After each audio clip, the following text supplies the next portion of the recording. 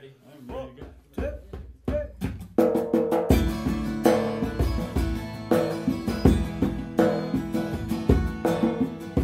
We're going into the recording studio, which best represents the the latest unit of our business, where the bands record music and demo songs. And the next room we're going to is the console room, where the engineer and producer normally are. But today, Sevenglory is just hanging out. We all have lives. I'm an attorney and an entrepreneur, but I spend most of my time specifically working for artists and bands. We were going to school at Indiana Wesleyan, and we had a show come up. Maybe a week or two goes by, and Gabe says, "Hey, this guy named Peter, maybe he wants to manage us or something." And I said, "We've been a band like 2 minutes. What is that?"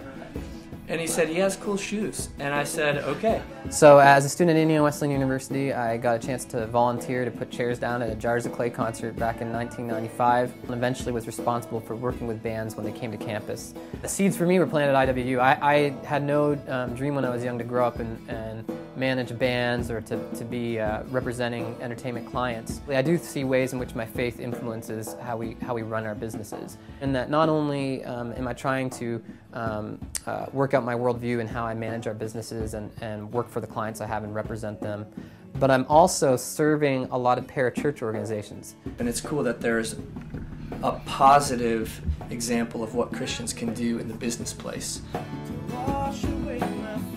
And then from there, obviously, then the relationship starts, because that's the number one thing that other bands have issues with, is their trust and their well-being, and that's never been an issue for us.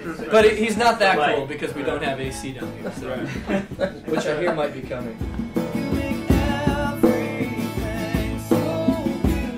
Peter doesn't control the wardrobe aspects. I don't have good fashion taste. You have good shoes.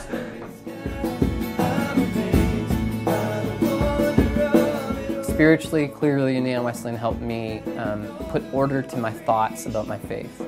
Where I am today mentally and theologically are unquestionably influenced by that time. It's a very clear line. I think Indiana Wesleyan is critical. It's really not a question of how Indiana Wesleyan influenced me, but what things in my life were not influenced by Indiana Wesleyan. But I think success is, in a practical sense, helping my clients do what they love and being able to make it a vocation, a career. We know that Indiana Wesleyan is a great school, and we know that it costs a great deal.